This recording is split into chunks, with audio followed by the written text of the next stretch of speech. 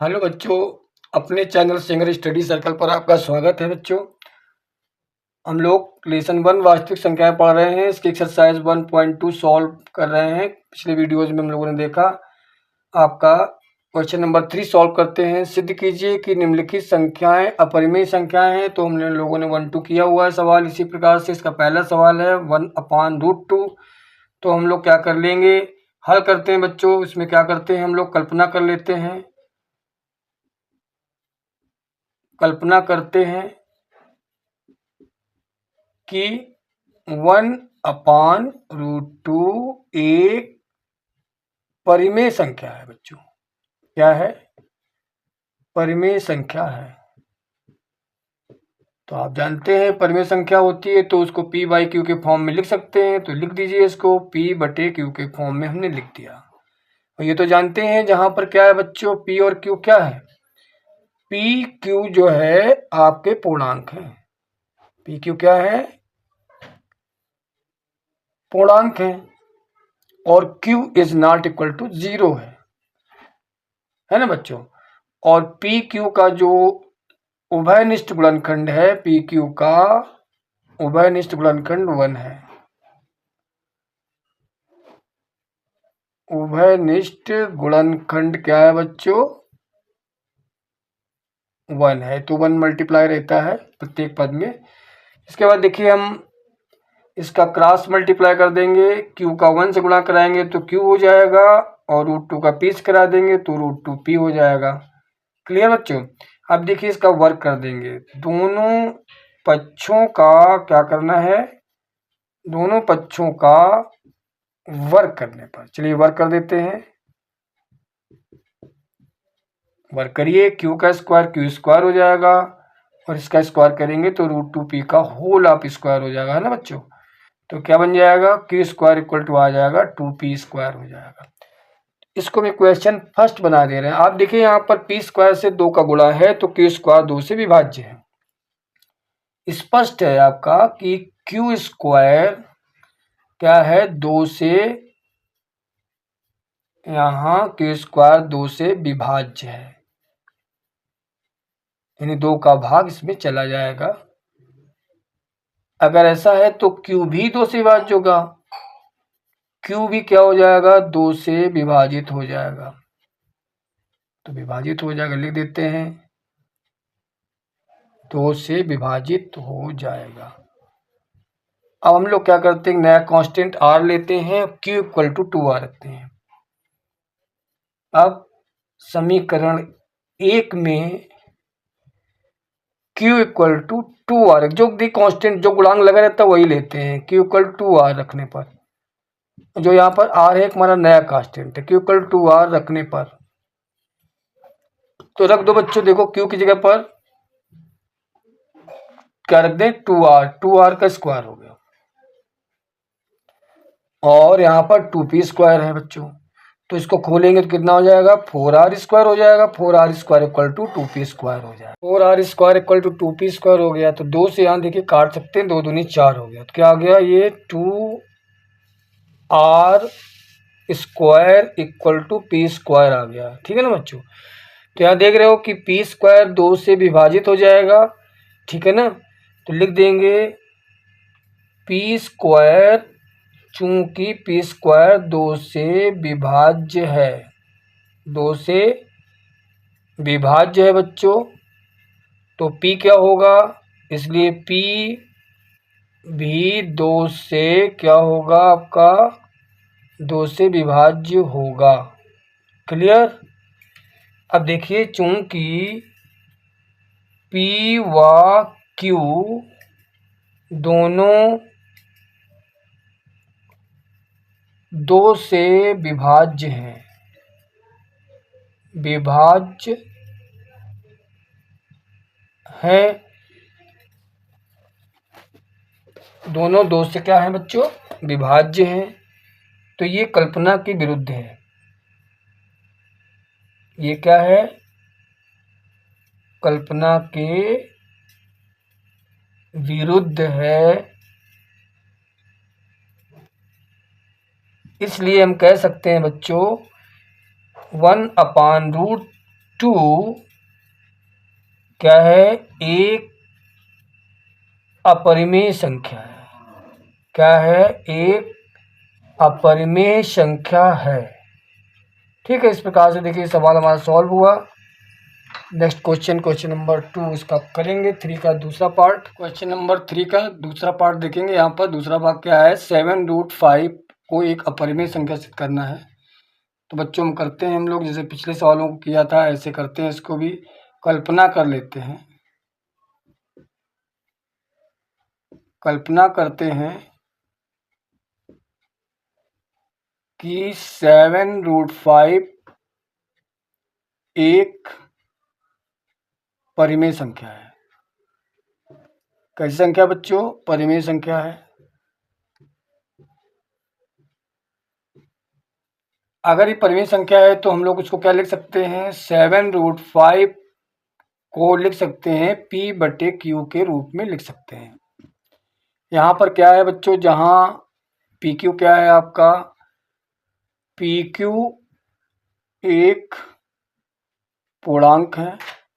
ठीक है, जो PQ है क्या है आपके पूर्णांक है, और Q 0 नहीं है, Q is not equal to 0। P 0 हो सकता है, Q 0 नहीं है।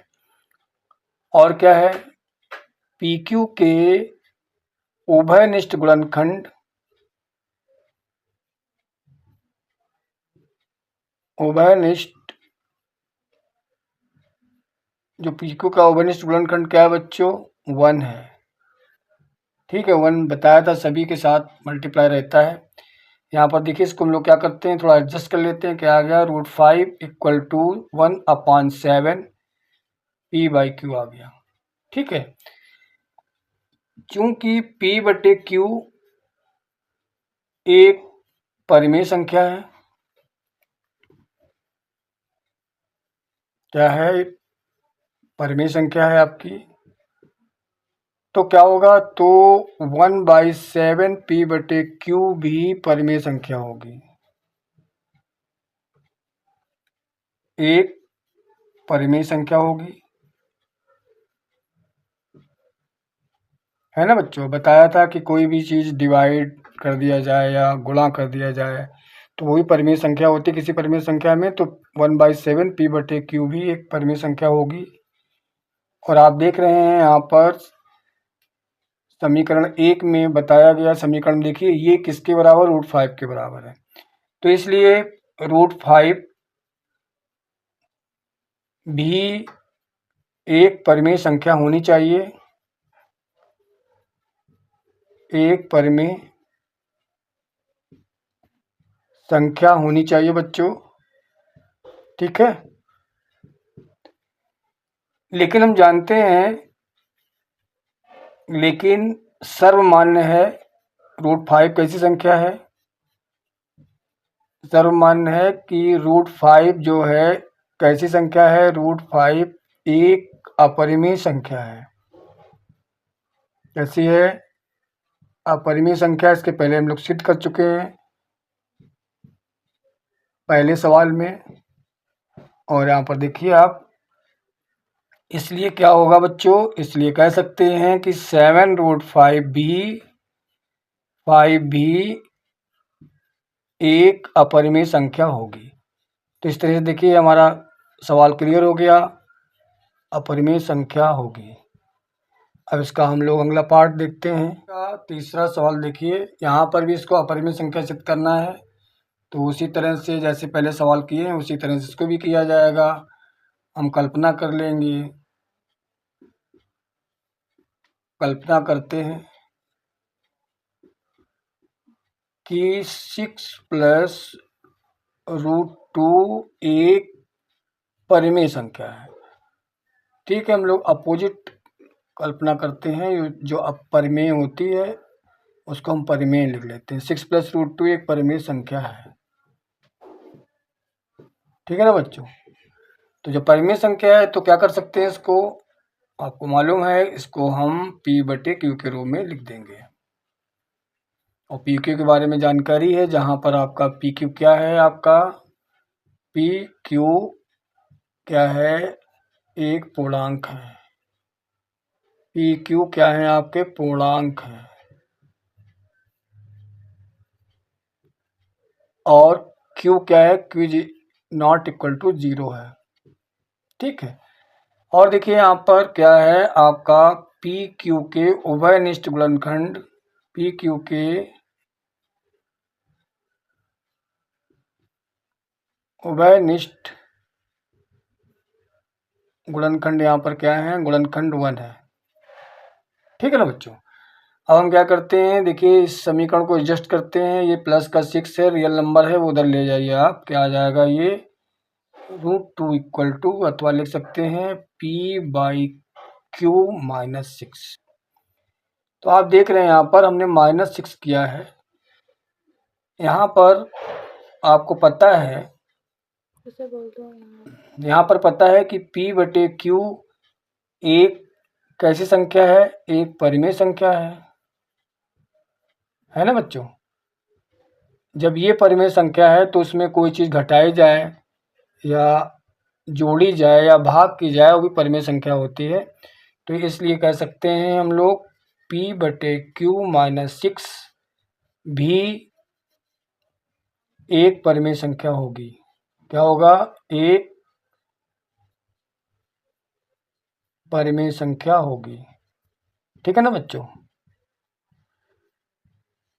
और यहाँ देखिए सवाल में ये वाली संख्या √2 के बराबर है, तो आपकी √2 भी क्या होना चाहिए, √2 भी परिमेय संख्या होनी चाहिए, परिमेय संख्या होनी चाहिए, क्योंकि इसके बराबर है ना बच्चों।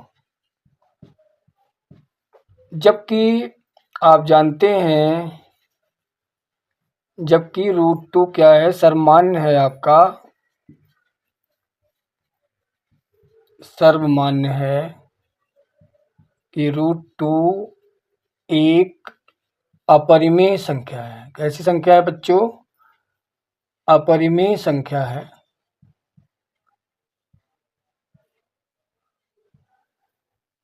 इसलिए आप कह सकते हैं, क्या कह सकते हैं कि 6 प्लस √2 एक अपरिमेय संख्या होगी। कैसी होगी बच्चों, अपरिमेय संख्या होगी।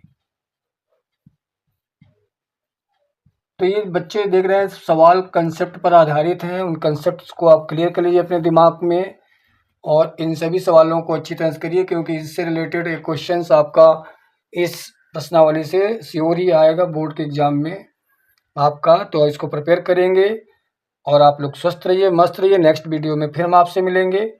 ठीक है, नेक्स्ट चैप्टर में मिलेंगे। ये चैप्टर यहीं से समाप्त होता है आपका।